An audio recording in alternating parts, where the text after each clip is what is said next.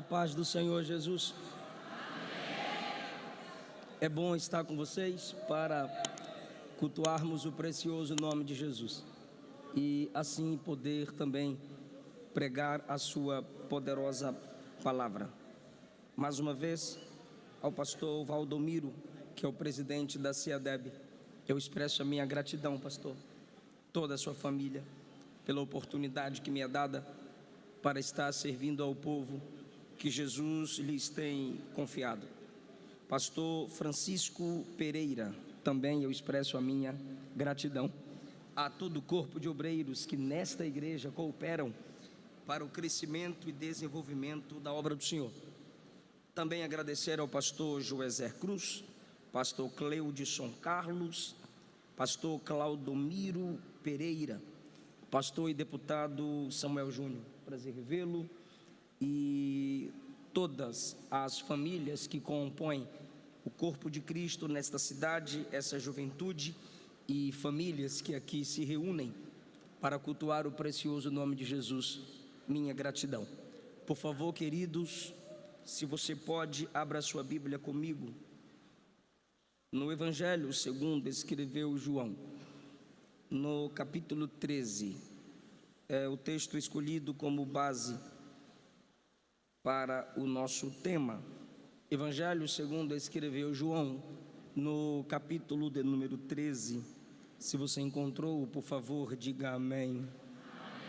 O versículo 1 diz assim: um pouco antes da festa da Páscoa, sabendo Jesus que havia chegado o tempo em que deixaria este mundo e iria para o Pai, tendo amado os seus que estavam no mundo, amou-os até o fim.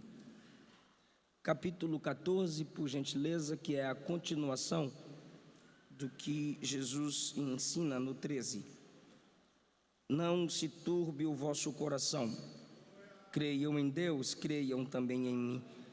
Na casa de meu Pai há muitas moradas. Se não fosse assim, eu teria dito a vocês: vou preparar lugar para vocês. E quando eu for e preparar lugar, voltarei e vos levarei para mim mesmo, para que onde eu estiver, vós estejais também. O Evangelho segundo escreveu João é o Evangelho que se dedica, ou o registro do Evangelho de João, é o registro que se dedica a nos apresentar a divindade de Cristo.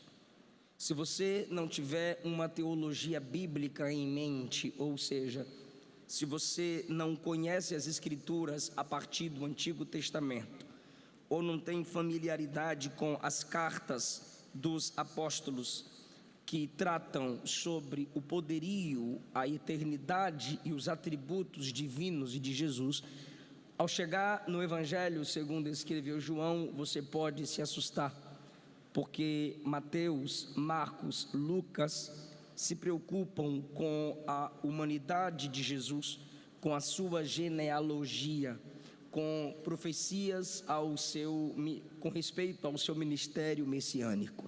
Mas aqueles que vão se acostumando com as apresentações dos outros registros a respeito da pessoa de Jesus, quando chegam no Evangelho segundo escreveu João, é possível que se assustem, é possível que o estranhem, porque João mostra que Cristo é soberano sobre tudo e sobre todos.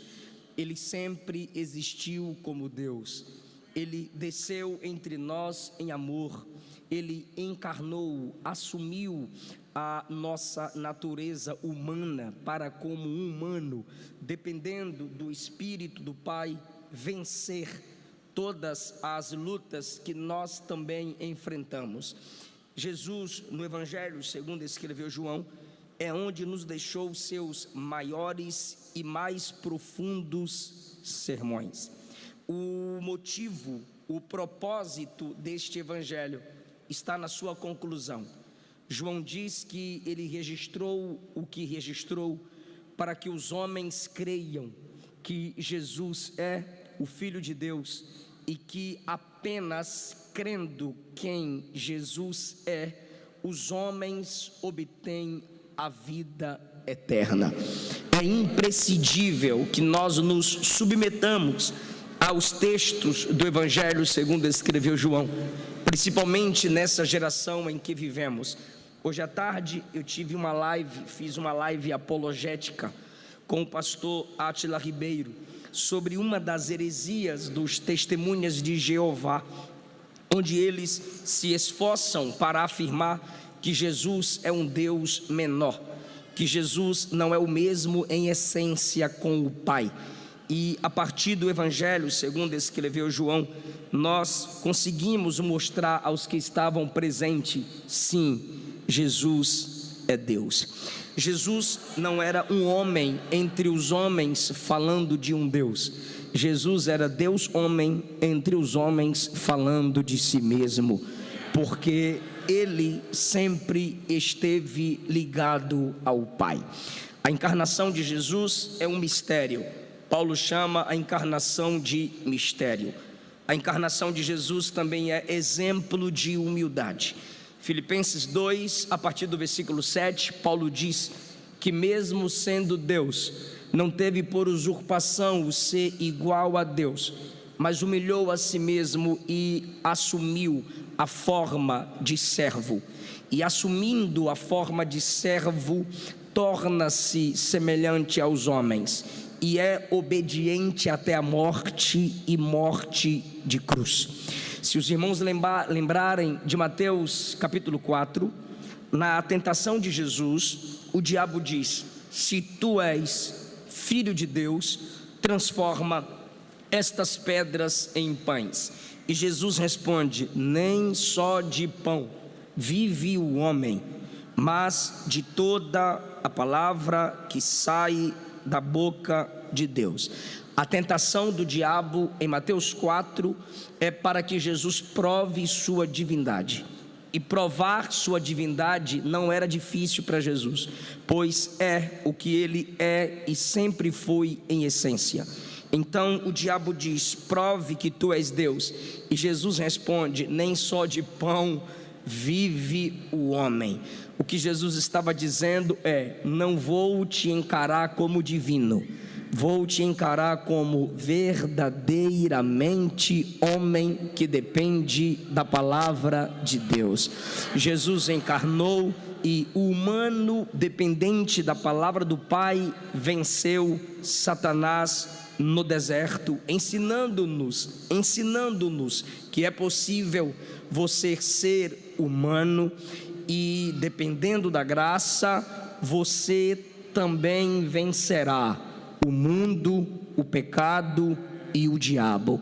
Algumas pessoas pensam que é preciso se angelicalizar. Algumas pessoas querem se comportar como hiper espirituais, super crentes de Jesus. Eles aparentam não sofrer, aparentam não errar, aparentam não passar provações, e quando eles vão no monte orar, eles nem descem falando português. Se alguém pergunta que oração, o varão se empolga e diz: são 11 remeneveia. Não consegue falar a linguagem de quem está diante dele. Super espirituais. Pregadores, eu já fui tentado a falar certo tipo de coisas, como desceu um e-mail aqui, desceu um fax do céu. Olha, eu estou recebendo algo aqui que ninguém nunca viu. Vou falar para vocês o que ninguém nunca falou. Isso para gerar no público algum tipo de comoção e diz: opa, esse aí é diferentão, esse aí é o bichão mesmo. Já viu gente que no momento de suas ministrações querem mandar em Jesus: Jesus, eu vou contar até 3, e no 3 o Senhor manda a bola de fogo, hein? 1, agora não, Jesus. 2, agora não, Jesus. 3, vai, Jesus. O cabra está mandando em Jesus. Sim, o púlpito, disse um pastor, é um lugar de muitas emoções. e as nossas emoções às vezes nos enganam. Queremos super espiritualizar aquilo que poderíamos simplesmente demonstrar aos outros que somos simplesmente dependentes de Deus. Se não fosse a graça, o que seria de nós? Irmão, não queiramos nos comportar como anjos nessa terra. Se o próprio Deus encarnou e se tornou homem como a gente, por que a gente quer se angelicalizar? Quanto mais dependentes, quanto mais humanos, quanto mais reconhecendo nossa dependência, mais a graça de Deus se manifestará em nós e através de nós. Sendo esse o propósito de João, mostrar a divindade que se humilhou entre nós, chegamos no capítulo de número 13, onde baseia-se o tema essência. A essência de Jesus é divina. Ele se fez homem, mas após ter cumprido sua missão, encarnado, não é a mentira do espiritismo reencarnado, é encarnado. Hebreus 10:5. Corpo me preparastes, estou aqui, ó Deus, para fazer a tua vontade. Aquele que foi sempre espírito, um com o Pai, assume um corpo humano. Tendo ele cumprido sua missão, como diz o capítulo 12, que ele havia glorificado o Pai e haveria ainda de glorificar através da crucificação. E na oração sacerdotal, no capítulo 17, ele diz que a glória que ele tinha antes com o Pai lhe seria devolvida pós sacrifício da cruz. Ou seja, tendo cumprido o propósito de glorificar o Pai como homem, tendo cumprido o propósito de glorificar o Pai encarnado entre nós, João nos dá um vislumbre da essência de Jesus, do interior de Jesus, no capítulo 13. Se não vejamos, um pouco antes da festa da Páscoa, lembrando que já começaram as preparações para a comemoração da Páscoa, um pouco antes da festa da Páscoa, sabendo Jesus que havia chegado o tempo de deixar este mundo, Jesus está partindo de uma origem. Essa origem é este mundo. Sabendo Jesus que deixaria este mundo, este sabendo significa que ele está no controle de uma situação que passa por negação de Pedro, traição de Judas, abandono dos discípulos, prisão no Getsemane, interrogatório religioso, tribunal dos homens religiosos e de Pilatos. Sabendo Jesus que deixaria esse mundo, crucificação. Sabendo Jesus que deixaria esse mundo, sepultamento. Sabendo Jesus que deixaria esse mundo, ressurreição. Sabendo Jesus que deixaria esse mundo, Atos 1 e Lucas 24, ascensão. Sabendo Jesus que deixaria esse mundo, nesse conjunto de fatores que eu acabei de falar para vocês, sabendo de tudo isso, tendo tudo isso em mente, sabendo que deixaria esse mundo, tem algo a deixar, tem algo a abandonar, tem algo a renunciar. Segundo ponto, e que iria para o Pai. Jesus não tem em mente apenas um lugar que ele deixará. Jesus tem em mente o Pai que o receberá. Jesus não está pensando apenas na negação de Pedro, coisa do mundo. Jesus não está pensando apenas na traição de Judas, coisa do mundo. Jesus não está pensando apenas apenas no jogo político de Pilatos e os sacerdotes, coisa do mundo.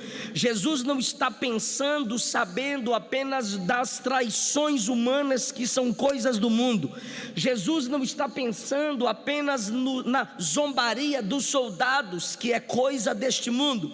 Jesus não está pensando apenas na crucificação e na morte do corpo, que é coisa do mundo caído, e ele assumiu esse corpo com todas as dificuldades que nosso corpo também tem nesse mundo caído. Ele não está pensando apenas nisso, ele está sabendo, ele está pensando desse mundo que ele vai deixar, mas ao mesmo tempo ele equilibra na sua mente o Pai que vai recebê-lo. Ele ao mesmo tempo diz: estou deixando quem me odeia e vou ser abraçado por quem me ama.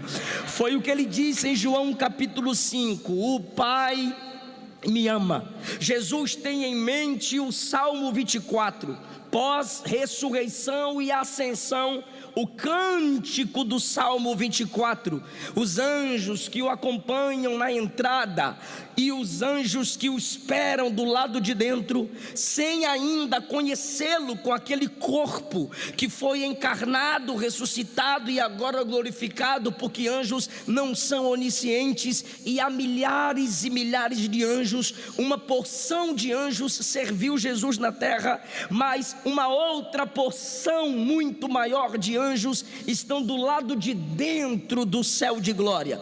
E então os anjos que o acompanham após a ressurreição e ascensão bradam aos anjos de dentro: levantai, ó portas, vossas cabeças, levantai, ó entradas eternas, e entrará o Rei da Glória. E os anjos de dentro perguntando: quem é esse Rei da Glória? E os que acompanham Jesus respondem: o Senhor poderoso na batalha, o Senhor que venceu o mundo, que venceu o diabo, que venceu a morte, que venceu a batalha contra o pecado. Ele é o Rei da Glória. Jesus está com tudo isso em mente. Jesus está vendo o Pai, em Hebreus capítulo 1, dizer aos anjos: se prostrem e adorem, porque esse é o meu filho, gerado em mim mesmo desde a eternidade. Só ele é digno de louvor, só ele é digno de adoração. Irmão, o texto está dizendo: sabendo que deixaria esse mundo e iria para o Pai. Bora lá? Sabendo que deixaria esse mundo e iria para o Pai. Ou seja, Jesus tem em sua mente o equilíbrio, sair de um ponto para outro ponto. Jesus tem uma sabedoria equilibrada, um conhecimento de fatos completos, sair daqui para o lado de cá. Mas eu até estou aqui equiparando os lados, então deixa eu ilustrar de um lado melhor, e só quem está ligado vai glorificar. Jesus tem um pensamento equilibrado, saindo daqui para ser recebido cá. Aleluia. Jesus sabe que ele vai deixar o mundo de baixo para ser recebido pelo Criador em cima.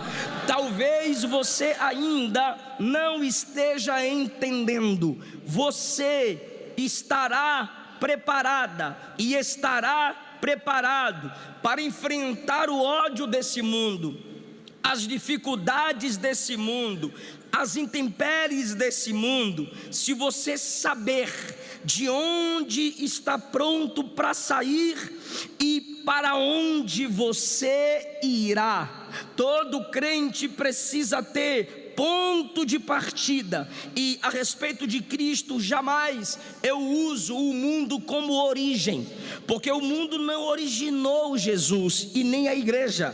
Jesus veio do Pai, por isso ele está voltando para o Pai. E a igreja nasceu de Cristo, e quando ela deixa esse mundo, ela está indo para Cristo. É como se entendêssemos a linguagem de Paulo: porque dele, fonte, por ele, processo, para ele, destino, são todas as coisas.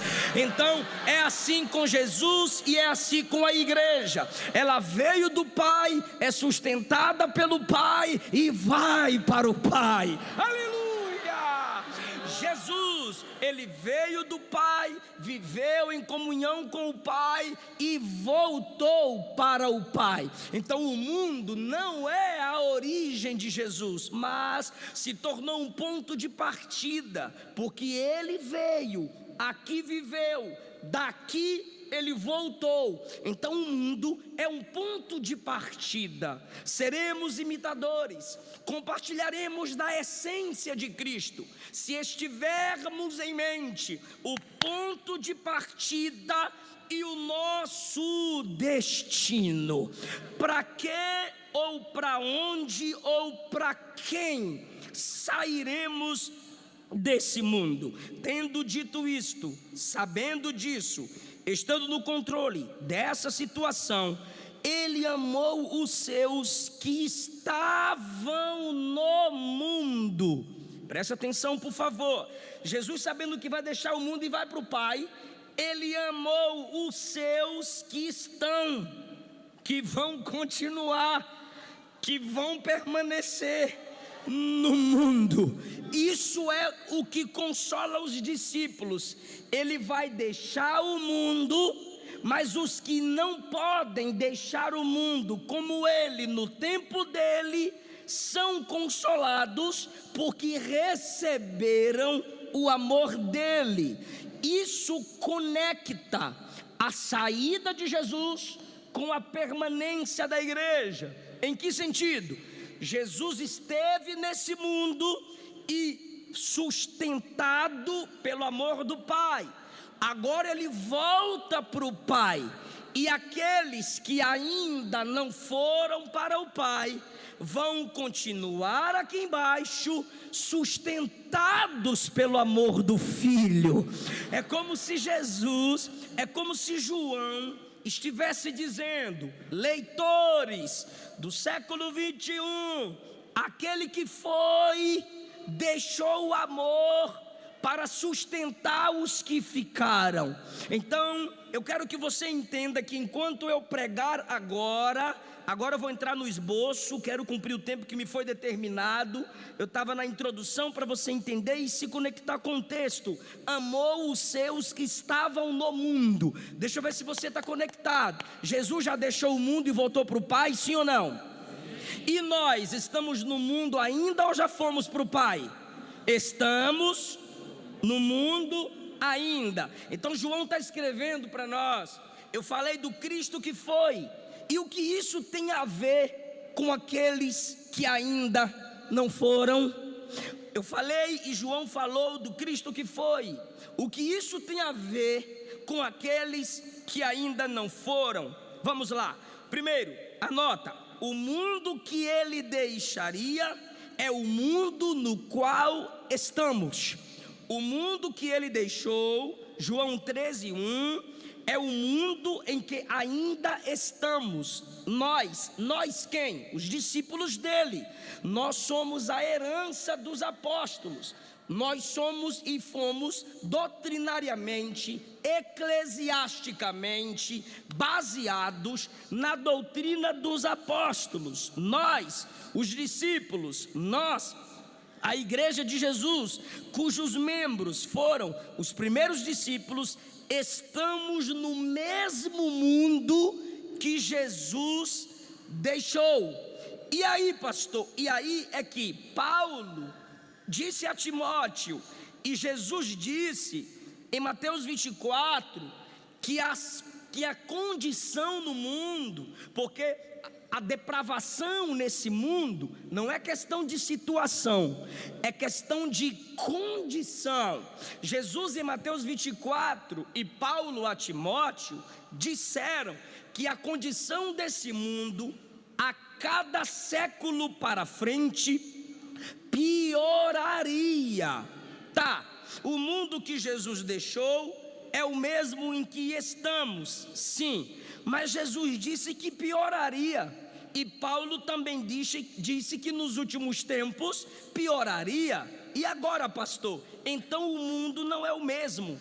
Não é questão de não ser o mesmo.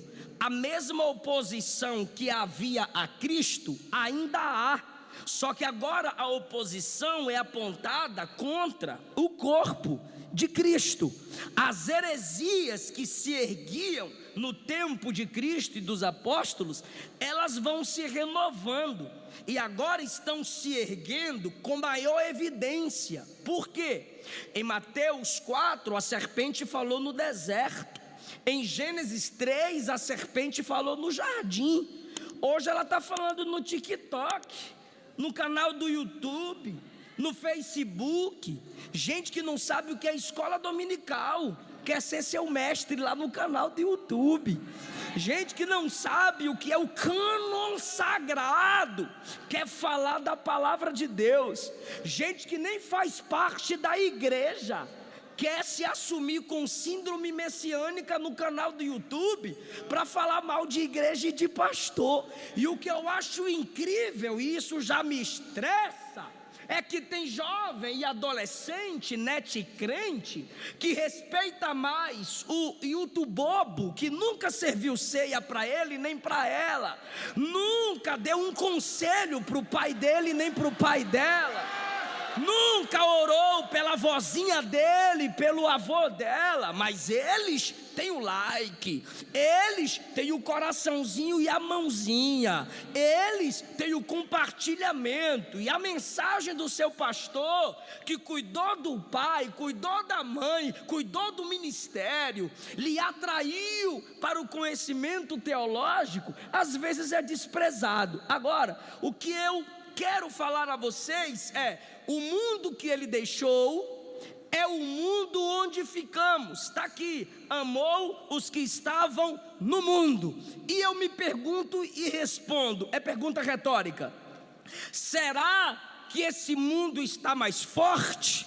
Eu posso dizer que ele está pior, mais podre, mais inimigo, mais odioso. Mais forte não, até porque mesmo se esse mundo estivesse mais forte, não seria ameaça para nós. Por quê? Porque a mesma Bíblia que diz: por se multiplicar a iniquidade, o amor de muitos se esfriaria, a mesma Bíblia que diz que nos últimos tempos se aumentaria o ódio do coração dos homens, também diz: nos últimos dias derramarei do meu espírito sobre toda a carne. Nos últimos dias levantarei mais profetas e profetisas. Então, querido, a gente só pode dizer que o mundo está mais forte se nós estivermos mais fracos. E eu estou aqui para dizer a essa juventude e essa igreja: nananina não. O mundo pode estar mais forte, a igreja também estará a cada dia mais forte. Se o mundo vem preparado de lá para cá, a igreja também vai preparada daqui para lá. Jesus já nos avisou que as armas estariam disponibilizadas. Não é porque um caiu, não é porque alguém errou, não é porque uma igreja local faliu ou fechou, que a igreja está fraca. Se o mundo se equipa com a obra da carne, se o mundo se equipa com o pecado e com o diabo, a igreja se equipa com o Pai, com o Filho e com o Espírito Santo. Alguém pode adorar o Deus que nos fortalece? Tudo posso naquele que me fortalece. O mundo que ele deixou é o mundo que nós estamos. Segundo lugar, ele deixou o mundo depois de vencê-lo. Foi ele que disse aos discípulos no sermão que ele começa a partir do capítulo 13: eu venci o mundo. Então João 13:1 está dizendo: já estava chegando a hora de Jesus deixar o mundo. E Jesus só deixou o mundo porque venceu o mundo. Querida de Deus, querido de Deus, quem não vence o mundo não é capaz de deixar o mundo. O que é ser vencido pelo mundo, pastor Eliseu? É você estar enraizada, é você estar enraizado nas concupiscências desse mundo. O que é concupiscência desse mundo? Que o próprio João, que escreveu a epístola, falou para nós. Concupiscências são desejos descontrolados. Qualquer moça, qualquer rapaz habitando num corpo humano possui desejos, são instintos que o próprio Criador colocou em nós, o instinto da multiplicação. Por isso a gente quer casar, o instinto da multiplicação. Por isso a gente quer comprar, o instinto da multiplicação. Por isso a gente quer crescer, o instinto de proteção. Não venha não, se tu vier tu leva. É o instinto de proteção. Foge, corre, medo, se esconder, instinto de proteção. Ele também colocou em nós o instinto de comunhão, o desejo de estar juntos, o desejo familiar, o desejo de congratular, instinto de comunhão.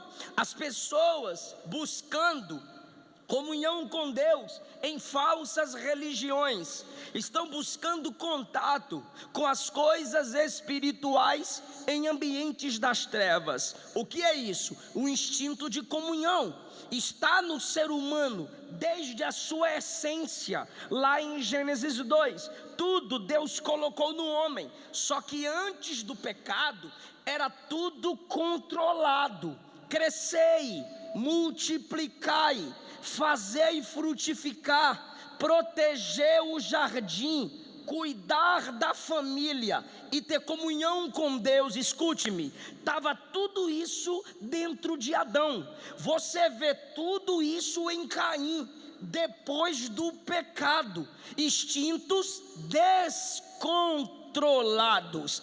Ele tem o desejo de comunhão, ele sai do jardim, se casa. Caim cresce e o homem agora se casa. Desejo de comunhão. Onde ele vai morar? No oriente do jardim do Éden. Ele tem saudade da comunhão lá de dentro, pelas histórias que seus pais contavam. Instinto de proteção. Ele diz a Deus: quem me encontrar vai me matar.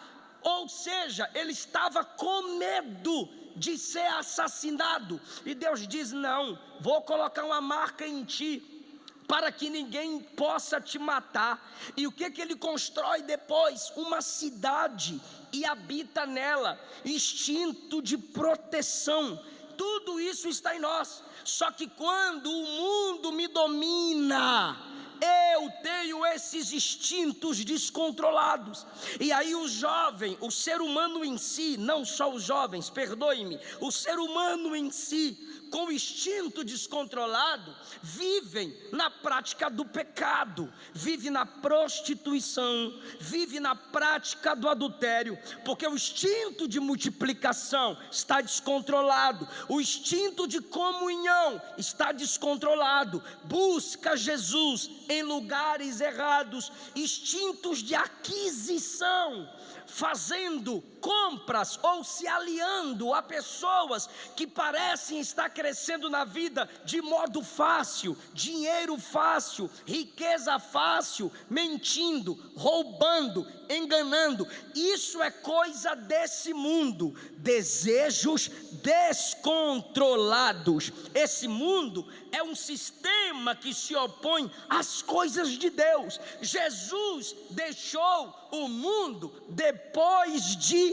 vencê-lo. Como é que eu venço então, pastor, esse sistema sistema mundano que me puxa para baixo. Olhando para Jesus, ele inicia seu ministério jejuando. Ele inicia seu ministério, eu repito, jejuando. Tem gente que inventa jejum para tudo, menos para crescer na comunhão com Deus, menos para ficar a sós com Deus. E o jejum, primariamente, o jejum em seu propósito original é matar a carne, é controlar os instintos, é dizer para o meu eu: não é a minha vontade, é a vontade dele, não sou eu que me governo, é a palavra que me governa. O jejum nos humilha,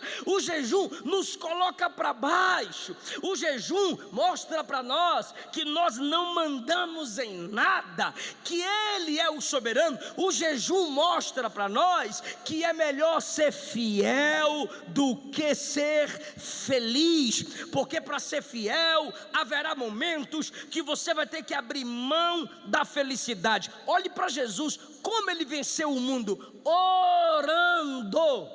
Lucas diz que havia uma grande multidão esperando ouvir Jesus pregar, e ele se retirou para orar. Antes de perguntar aos discípulos o que diziam dele, ele foi orar. Para escolher os discípulos como apóstolos, ele orou a noite inteira. No dia que foi batizado, ele foi batizado debaixo de oração. Jesus até na cruz orou: Pai, perdoa, porque não sabem o que fazem. Jesus em João 17 orou pela futura igreja que ainda o conheceria. E sabe o que é que Jesus está fazendo agora à direita do Pai? Intercedendo por nós. Irmão, o modo de vencer esse mundo é orando. Filho de Deus, moça de Deus, você não vai vencer mágoas vendo videozinho engraçado do TikTok. Você não vai vencer depressão vendo comediantes no YouTube. Filho, você não vai vencer a prática da masturbação e a pornografia ficando na internet até 4 horas da manhã. Quem deixa de orar vive no pecado, mas quem vive na oração deixa de pecar. Não tem outro caminho. Quer vencer esse mundo? Para deixar esse mundo, só através da oração. A oração é a única ponte que liga, que conecta a minha fraqueza ao poder de Deus. A oração é a única ponte que faz com que Jesus me tire do lamaçal, como disse o salmista no Salmo 40, e firme os meus pés na rocha. Eu tenho dito isso ultimamente, e alguns jovens têm testemunhado que essa palavra impactou o coração deles. Então eu gostaria que principalmente os jovens, por gentileza, por favor, dissesse a uma pessoa só do seu lado, olhe para ela e diga assim: um crente fraco de joelhos é mais forte do que 1000 demônios de pé. De joelho, irmão. Alguém está entendendo essa palavra aqui? Jesus, leva-nos de volta para a oração. Jesus, desperta-nos para falar contigo. Se for necessário Deus afastar certas pessoas da sua vida, que Ele afaste. Se for necessário geradores para você se lembrar da presença do Consolador, que Ele gere. Ele prefere te ferir do que te perder. Ele prefere você ferido do que perdido. Então volte a orar. Jesus deixou o mundo depois de vencê-lo, jejuando, orando.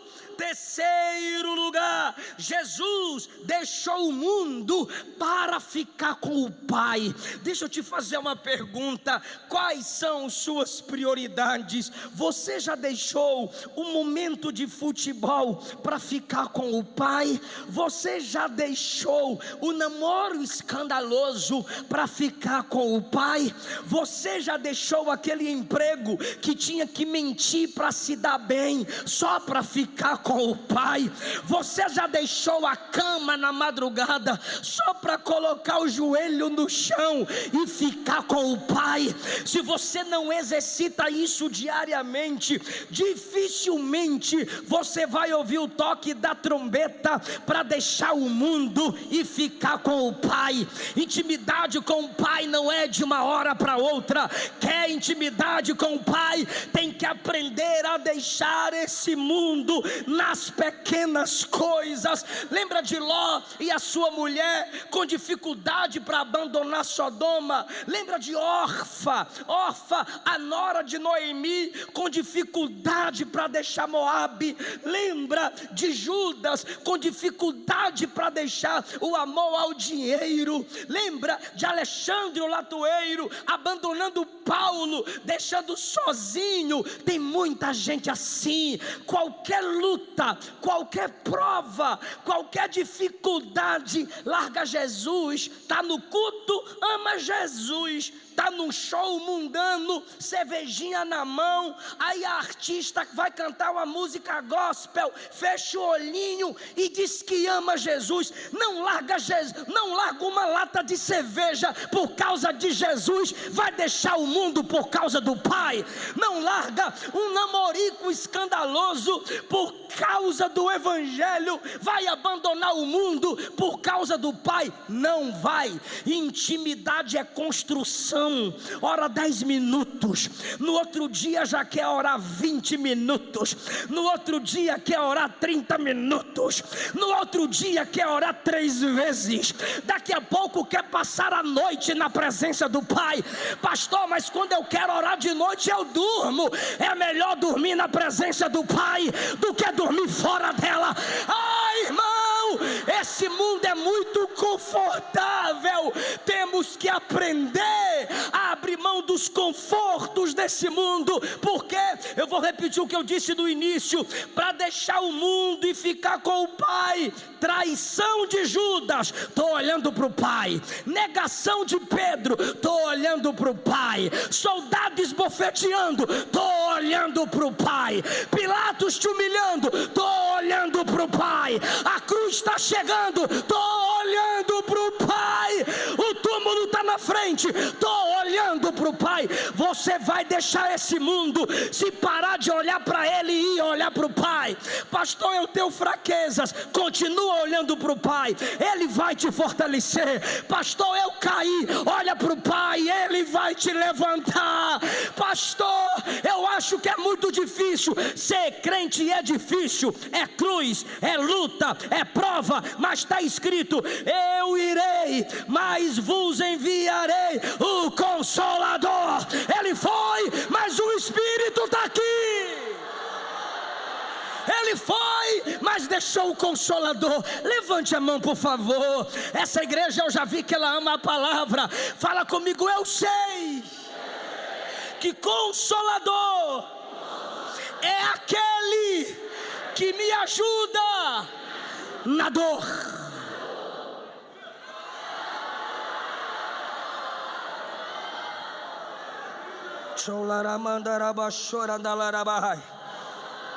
Eu sinto a presença do Senhor Jesus aqui.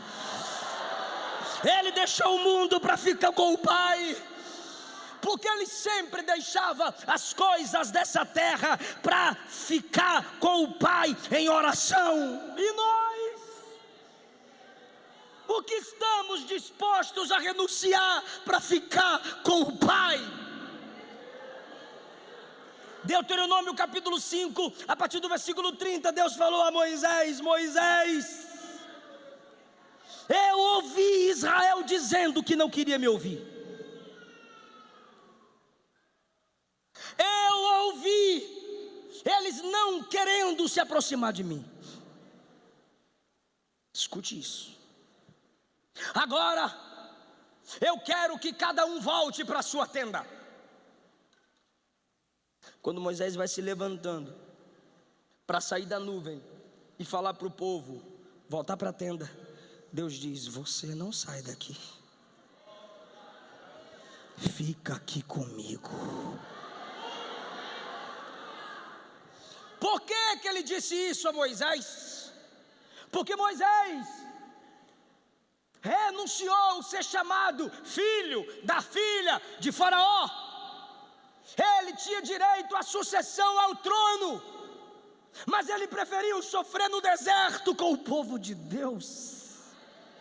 Moisés, escute-me e veja se não há uma diferença entre muitos dentre nós e nessa geração que ama o mundo. Moisés foi criado comendo o melhor no Egito, sim ou não? Sim. Mas no deserto, quando faltava comida, o que é que o povo dizia? Queremos voltar para o Egito. Moisés não. Moisés foi criado vestindo o melhor. E o povo comia o que no Egito? Cebola,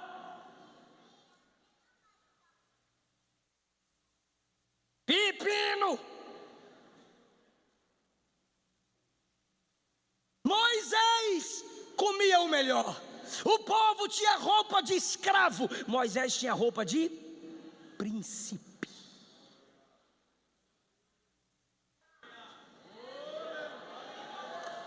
Só que quando veio a dificuldade no deserto, queremos voltar para o Egito. Queremos voltar para o Egito. O povo que tinha o pior lá quis voltar para lá. Moisés, que tinha o melhor lá, disse: eu não saio daqui se a sua presença não for comigo. Renúncia por amor ao Pai. O que você está disposto a deixar determina onde você vai chegar. Daniel, oi, tem palácio, quero. Tem estudo, quero. Tem trabalho, quero. Agora a comida, Daniel, é comida de rei, não quero. Por quê? Porque o que é consagrado a ídolos é consagrado a demônios, e o que é consagrado a demônios me contamina, e o que me contamina quebra a minha comunhão com o Pai. Eu não quero. Vou comer legume, mas não como das iguarias do rei. Eu não quebro minha comunhão. José, deita comigo. Tô com sono, não. José, fica comigo. Não quero não. José, não tem ninguém na casa, não tem ninguém vendo a gente. Há um Deus no céu que vê tudo. Há um Deus no céu que está me vendo. Pecaria eu contra meu Deus? José, se você não vem, eu te agarro. A endemoniada foi e grudou na capa de José. José coloca os braços para trás, ela arranca a capa, e José corre como quem diz: largo a capa, mas não largo a santidade. José, por que você não foi para a cama? Porque eu estou de olho no trono. O que você está disposto a renunciar determina onde você vai chegar. Então se comporte conforme seu sonho. Quer uma princesa de Jesus, mas beija o reino todo. Quer casar com Rebeca, mas se comporta como Sansão. Para Sansão só sobra Dalila, irmão. Rebeca é para Isaac de oração. Isaac de oração é para Rebeca que teme a Deus.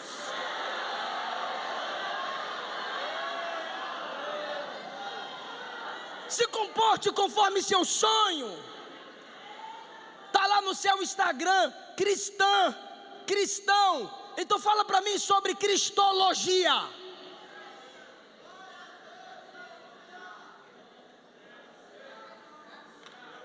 Fala de Cristo para mim.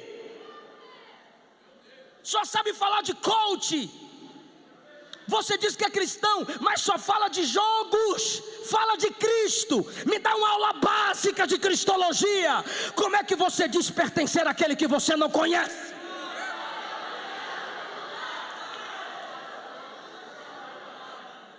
eu quero ser pregador, eu quero ser pastor, eu quero ser obreiro. Quantos livros você lê no mês? Que horas você dorme, que horas você acorda? Fazendo o quê? Ele deixou o mundo para ficar com o Pai, porque ele sempre renunciava às coisas dessa terra para ficar com o Pai. E eu termino. Último lugar, ele deixou o mundo, mas deixou uma promessa para quem iria ficar no mundo. Gostei do glória e do aleluia. Ele deixou o mundo, mas deixou uma promessa para os que ficariam no mundo. Não se turbe o vosso coração. Crede em Deus, crede também em mim. Na casa de meu Pai há muitas. Isso quer dizer que tem muita gente para Ele salvar, para levar para lá. E sua família está dentro desse plano. Sua casa está dentro desse projeto. Não se turbe o vosso coração. Crede em Deus, crede também em mim. Na casa de meu Pai há muitas moradas. Agora eu gosto. Se não fosse assim eu já tinha falado, mas é. Então por que o Senhor vai deixar esse mundo? Ele explica no 14: eu irei e vos prepararei lugar. Eu vou para preparar lugar, eu vou para abrir o caminho, eu vou para ser o primeiro representante humano lá. O que é que tem no céu? O Deus que é espírito. O que é que tem no céu? Os anjos que são espíritos. E agora vai chegar alguém com corpo humano glorificado. Ele vai na frente puxando a fila, e quando a trombeta tocar a gente vai atrás. Ele foi preparar lugar. Aleluia. Eu irei e vos prepararei lugar. Primeira promessa: eu irei e vos prepararei lugar.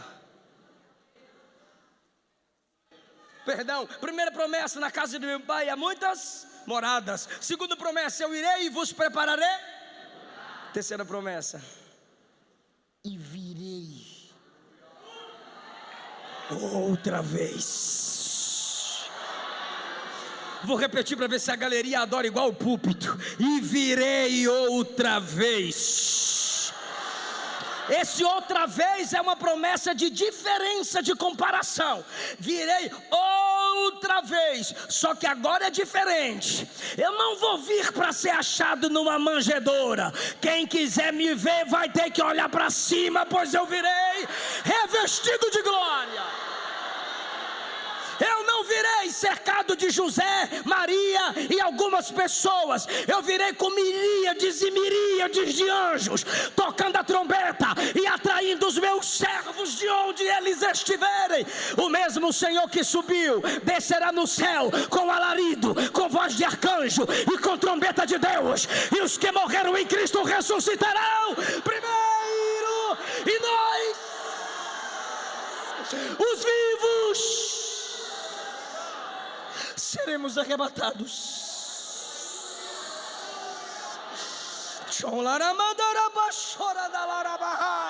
Tem gente que está assustado, tem gente que não está nem aí, mas a verdadeira noiva está dizendo: como é bom falar que meu noivo vem me buscar, como é bom ouvir dizer que ele vem.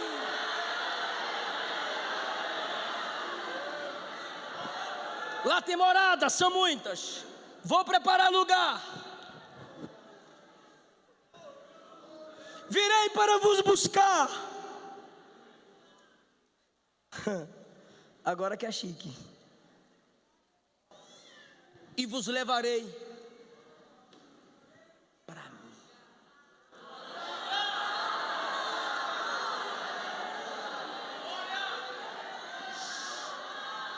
Aleluia. Eu sei que você já disse: eu quero ver Davi, eu quero ver Paulo, eu quero ver João, o John, eu quero ver o Peter. Mas Jesus está dizendo: primeiro você vai ver a mim. Eu vou te arrebatar para mim. Você vai ficar comigo. e vos levarei para mim mesmo, para que onde eu estiver, vós estejais também. Não mais traição de Judas, não mais negação de Pedro, não mais pecado, não mais fraqueza. Só Jesus e os santos, só Jesus e os santos, só Jesus e o céu. Alguém ainda tem essa esperança? No céu não entra pecado, fadiga, tristeza nem dor, não há coração quebrantado.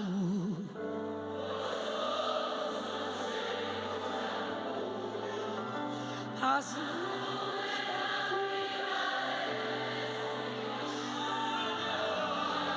glória ao Fusca, porque do reino de Deus que Deus quis para mim preparar.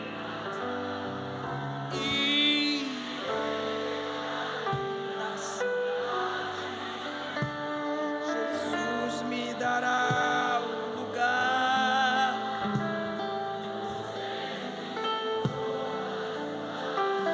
Canta, crente, a Deus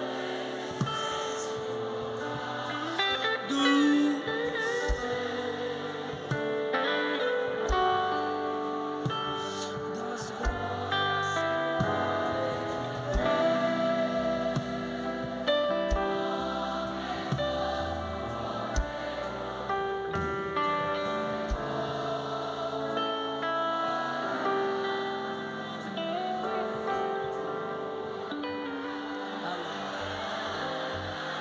Fica em pé.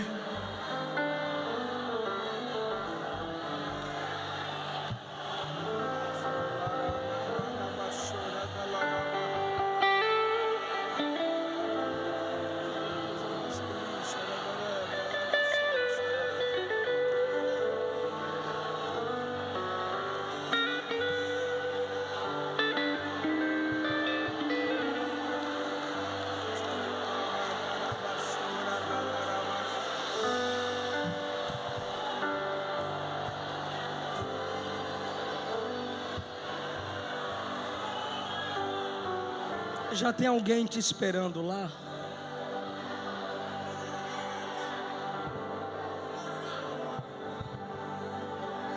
Já tem alguém te esperando lá? Enquanto alguns nos esperam lá, nós esperamos Jesus aqui.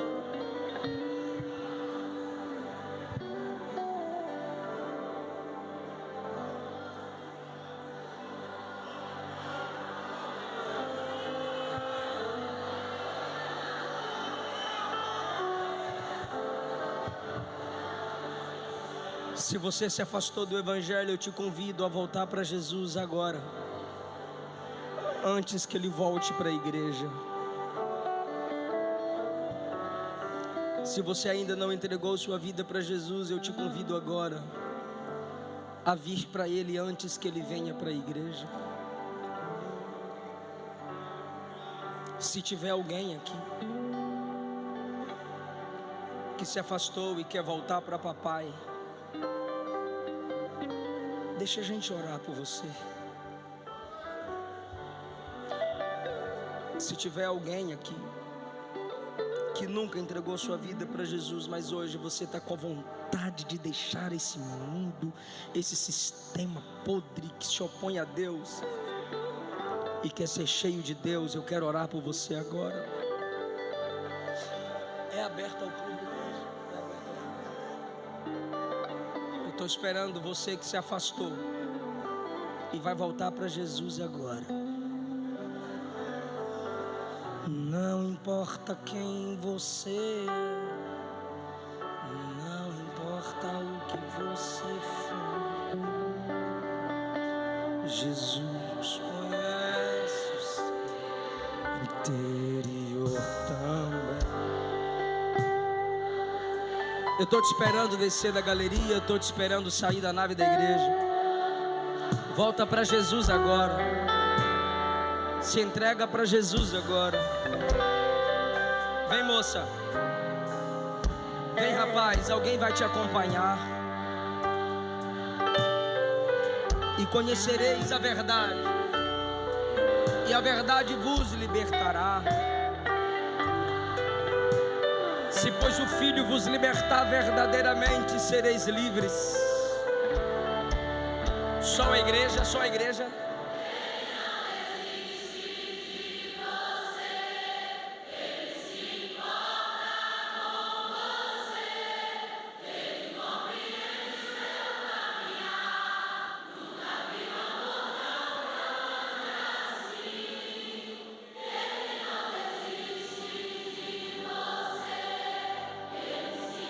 Escute a igreja.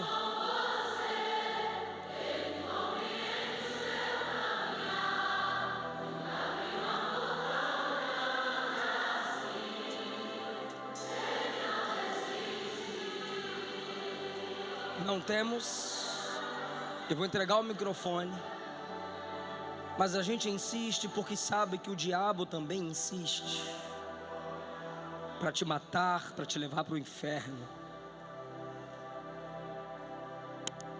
Romanos capítulo 10 diz: se tu creres com teu coração e confessares com a tua boca que o Cristo ressuscitado dentre os mortos é o Senhor, serás salvo.